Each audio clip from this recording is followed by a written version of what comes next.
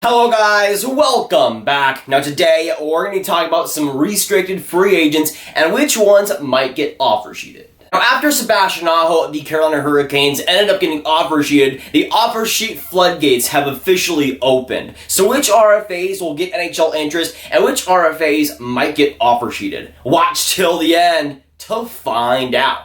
In this year's NHL free agency, there was a lot of talent to go around, especially the UFAs, but there was a ton of guys to choose from. Guys like Artemi Panarin, Sergei Bobrovsky, Matt Duchene obviously led the group, but there was a lot of talent to go around. But when it comes to the RFAs of this free agent class, that is what makes this so good talent-wise from top to bottom. Just listing off the RFAs that we have this season, guys like Mitch Marner, Patrik Laine, Matthew Tkachuk, Braden Point, McAvoy, so many fantastic players to choose from, and obviously RFAs are a lot more complicated to sign than UFAs in free agency, but there's a lot of talent right now that still is not signed that is pretty much open for the taking. When it comes to offer sheeting an RFA, it was a pretty taboo thing when it comes to NHL and especially NHL GMs. We haven't seen an offer sheet actually offered since 2013, and the last one that was accepted and the team actually got that player was back in 2007. So it's been a long time since the offer sheet has actually been accepted, actually been successful, but we're starting to see a lot more interest in that and a lot more speculation.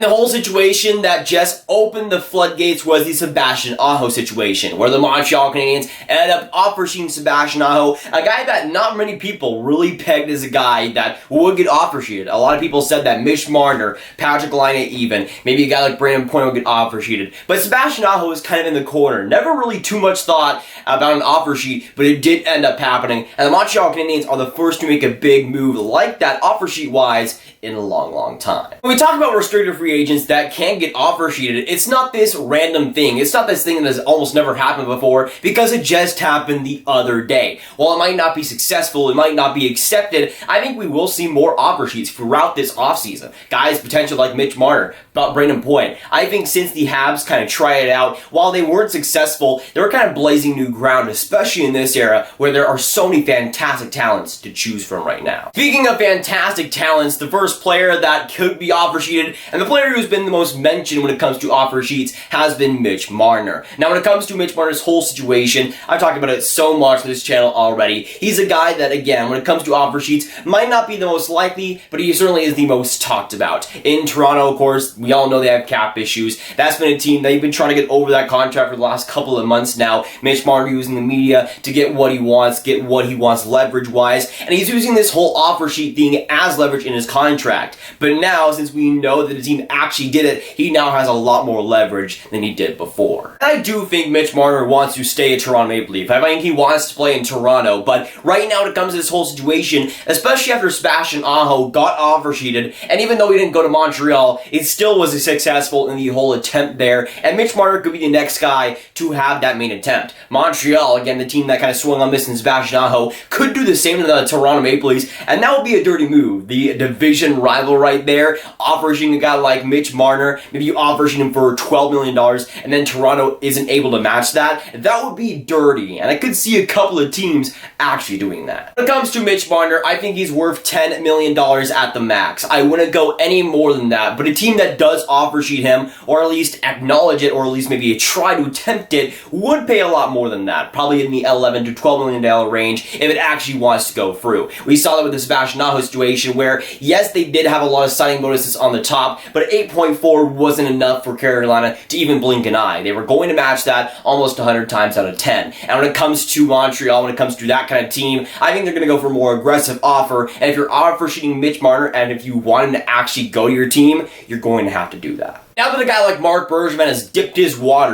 toes in the RFA pool, I think we'll see more NHL GMs follow that kind of path. With a guy like Mitch Marner, I could see that definitely happening. A team like Minnesota, Montreal even again, could have the cap space to go after a guy like that and drastically overpay for him. And yes, you're going to get 4 first-round picks and a ton of cap to do that. It would be a pretty unwise move, but I see NHL GMs going after that kind of option and at least testing it out. Now, one of the RFAs that is a lot more likely to get offer sheeted is Braden Point of the Tampa Bay Lightning, of course. Now, some of you guys know Tampa is my second favorite team. Braden Point is one of my favorite players in the entire NHL, so I sure hope he doesn't get offer sheeted, but right now it's looking like a pretty real possibility. Now, the Tampa Bay Lightning right now, as I'm recording this, have $7.9 million in cap space, which is, sure, you might get Braden Point under that, but they also have some other free agents to sign, which definitely will affect things. When it comes to Tampa, obviously, when it comes to the cap issues, we all know they're there. They got rid of a couple of contracts, which is definitely helpful for them, but still, even with that, Braden Point is a monstrous contract and one that both sides can't really agree with right now. Now, it's been reported that Braden Point and the Tampa Bay Lightning haven't mutually agreed on the term of the contract. They have reportedly agreed on the $1 million mark. So, again, they've agreed on the salary and the money of the contract, but not how many years it might be. I would assume it might be Braden Point who wants a shorter-term contract, maybe Tampa that wants that longer-term contract, maybe vice versa, but we know they haven't completely agreed on the contracts yet. It's good that they have agreed on that $1 million mark, especially when they're a little bit cap-strained, so I'd assume right now it's under $8 million, which is a steal for Tampa, by the way, but when it comes to that term, that is definitely a big factor. We see it as a big factor in guys like Patrik Laine, where the term is just a big divide, and it should be on Braden Point. When it comes to Tampa, they can't just be throwing money around every single year, and Braden Point, yes, is an amazing player, but again, I can't get the discourse. Right now, it could definitely be an offer sheet heading that way. And this just seems like a perfect situation for a team that has a ton of cap and a ton of picks to give to just swoop in and trap Tampa into a corner. If you put him at an 8.4, just give him what Sebastian had, then Tampa really can't do too much. Again, they do have that time to work with until they can officially match that. But when it comes to Tampa, again, they have so many options there. They could take those first-round picks. Obviously, Tampa would love to take Braden Point. I think he's maybe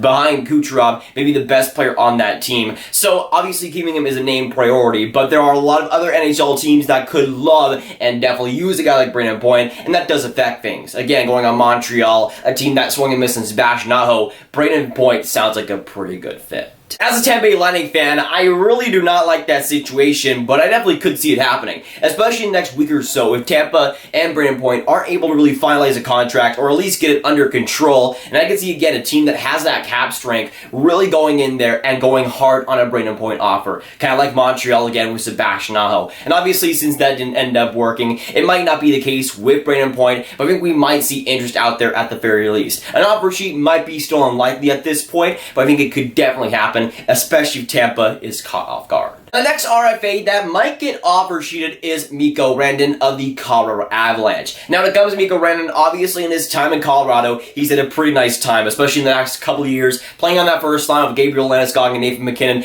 does pretty well for your numbers, and he's been able to put up 80 points plus in the last couple of years, which has definitely propelled his stock up to maybe the $10 million range. And he's definitely due for an upgrade in Colorado. Whether he's worth that is definitely up for debate, but I feel like there will be a team to actually do it. Whether it's Colorado or a team that offer sheets him, he'll get big money this offseason. The whole monkey wrench in this whole idea is the Colorado Avalanche. Obviously, a team with a ton of cap space, right now $27 million to offer. And it really does depend on their game plan. If they aren't able to sign him in the next couple of weeks, I can see there being a lot of NHL interest, especially offer sheet wise, from a GM that didn't accomplish what he set out to accomplish in free agency. Mikko Rantanen is a very talented player, albeit definitely overrated. He can provide a lot of NHL value to a lot of teams in the NHL, and I think that's very attractive to a lot of hockey teams right now. Again, when it comes to the whole offer sheet idea, it might not work with a guy like Mikko Rantanen because Colorado has so much cap space, so much stuff in abundance when it comes to prospects and everything. That might not work, but I think we will see interest around him, whether it is a trade, whether it's an offer sheet. I think we will see interest around Rantanen. Again, being that RFA, Colorado probably should settle at this point with how much cap space they have. They're playing strategic and kind of hardball, and that might bite them in the end, as there's probably going to be a couple of teams that do end up offering an offer sheet at the very least. Now for the next, and maybe one of the more likely guys to get offer sheeted out of this RFA class, we have Patrik Laine of the Winnipeg Jets. And his situation is so unique, so insane, that could go so many different ways, and really it might be the most unpredictable RFA out of any of them right now. Patrik Laine is a goal machine and has been so far in his NHL career, but what makes him so decisive is everything else about his game. Yes, he does score goals, but pretty much the rest of his game is absolute garbage, and that's the type of player that is a huge risk to sign. When it comes to the Winnipeg Jets, this past season, he really did have a down year. It was definitely inconsistent, and we didn't really see him full strength either, health-wise. So when it comes to Winnipeg Jets, they have a very tough decision to make, whether it's going short-term, long-term on a contract offer. Patrik Laine really is a decisive player, and he should be, because he is that type of player, a decisive player. But that won't stop other teams from potential offer sheets. If Winnipeg isn't able to hurry up this contract, we could see a lot of NHL interest around the NHL on a potential offer sheet. I can definitely see it happening myself, maybe in the next couple of weeks even, and that's what makes it so interesting again. If they are able to get it done, I would assume there will be NHL interest. Again, I think teams want to play around with offer sheets now since Montreal ended up doing it, and why not test it on Patrik Laine? Especially for a team that needs goal scoring, he can provide it, albeit inconsistently. Even if Patrik Laine doesn't end up getting offer sheeted, there's a lot of RFAs in this class that has that potential. Again, we always discussed offer sheets before this whole free agency and before the Sebastian situation, but now that Montreal went after Sebastian and we know there is one team that is willing to do the offer sheet, that makes it so much more interesting and a lot more exciting. Well, we might not see another offer sheet, we could see a bunch more. Who knows at this point, but during the course of the offseason, if these guys don't end up getting signed, I would expect some offer sheets. And quite a lot of them. But of course, with this video, I needed to hear your guys' thoughts down in the comments down below. So let me know, what RFAs do you think will get NHL interest? And of course, the big question here, which RFAs, which restricted free agents do you think will get offer sheeted? But if you guys want some more Grav videos just like this one, you can click on this card right here to watch my video on Artemi Panarin and him signing with the New York Rangers. But that'll be it for today, guys. If you guys did enjoy, make sure you hit that like button, hit that subscribe button, and hit that notification bell if you haven't already. Again, comment down below your thoughts on which restricted free agents you think will get offer sheeted. I'll see you guys next video or stream. Goodbye.